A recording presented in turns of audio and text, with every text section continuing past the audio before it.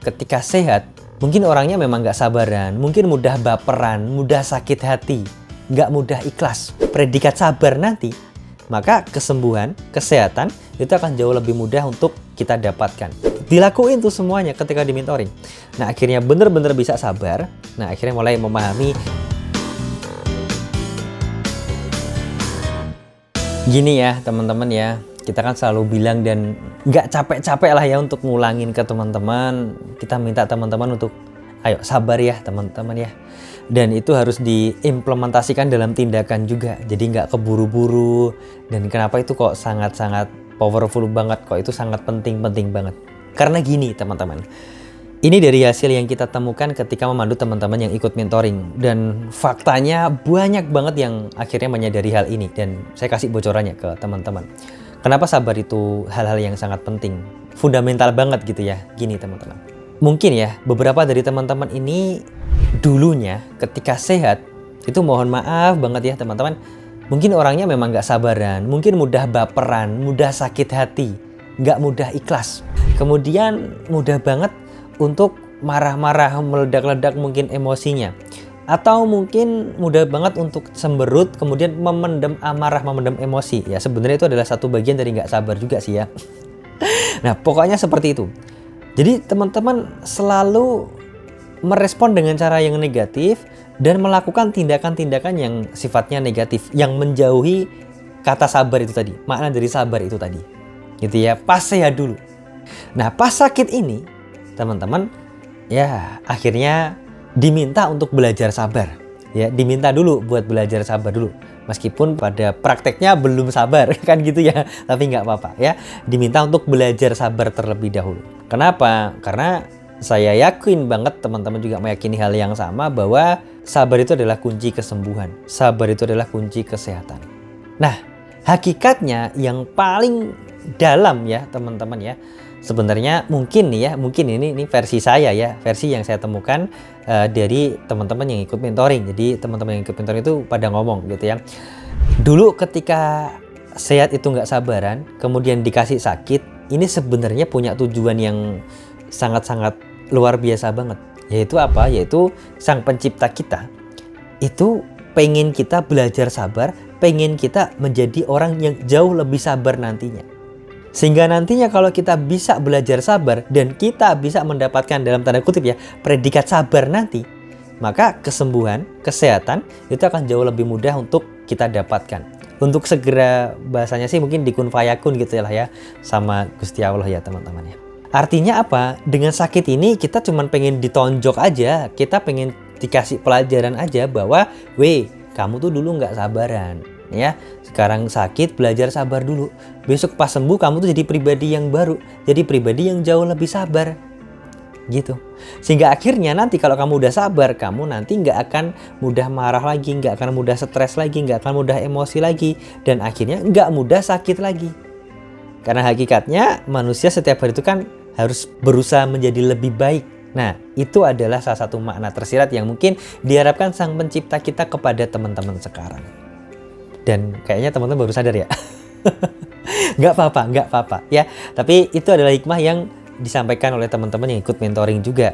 Nah kita gali-gali, kita saring-saring gitu ya teman-teman. Oh ternyata maksudnya seperti ini. Karena banyak banget teman-teman yang ikut mentoring itu yang menyampaikan kalau memang bener banget ketika mereka sehat dulu tuh mereka nggak sabaran lah, mudah marah lah, emosian lah sama anak, sama saudara, sama pasangannya gitu ya. Wah semuanya serba kemerungsung, terburu-buru gitu ya.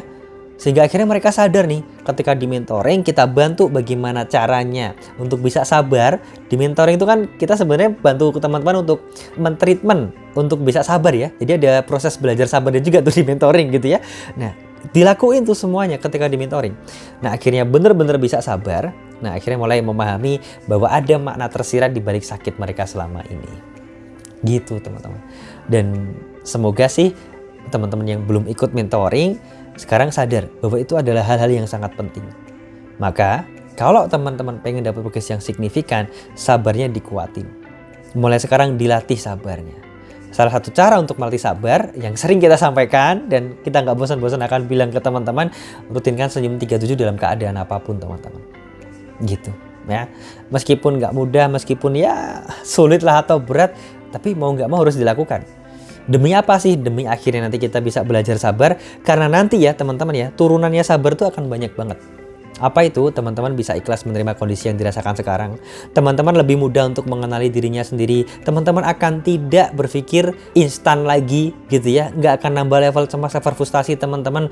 Teman-teman nggak akan nyalah-nyalahin lagi orang lain yang bikin teman-teman sakit mungkin ya. Atau nggak akan lagi nyalah-nyalahin herbal yang sudah teman-teman beli banyak banget tapi nggak dapat hasil yang signifikan ya. Nggak akan lagi nyalah-nyalahin kayak gitu. Karena di mentoring kita nggak hanya bahas soal sabar dalam berikhtiar, coba apa, coba herbal apa, coba terapi kemana, kesana, kesini gitu, nggak cuman itu teman-teman.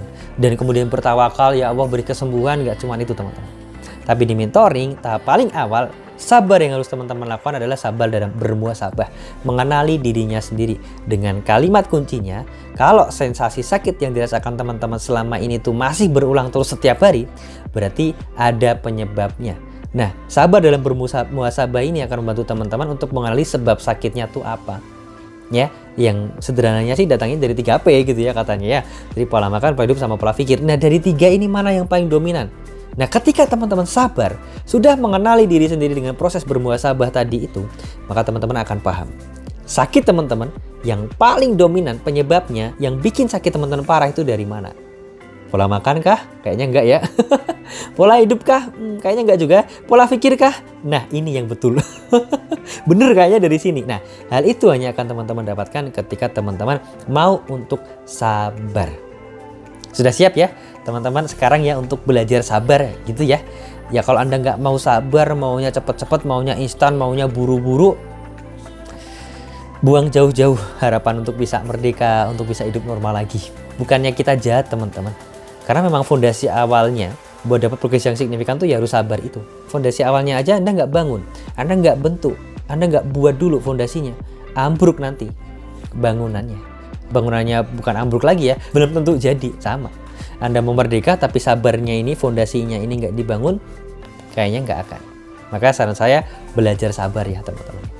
Dalam keadaan apapun, rutinkan senyum 37, maka Anda akan belajar sabar. Semoga bermanfaat ya teman-teman ya, yang terutama yang baru mau ikut mentoring ini ya, semangat karena kemerdekaan adalah hal yang mudah kok teman-teman, dan kesembuhan itu adalah hak setiap orang, hanya perlu mindset yang tepat aja untuk mencapainya. Mindset yang tepatnya seperti apa? Di mentoring ada jawabannya. Salam sehat dan berkah selalu. Wassalamualaikum warahmatullahi wabarakatuh.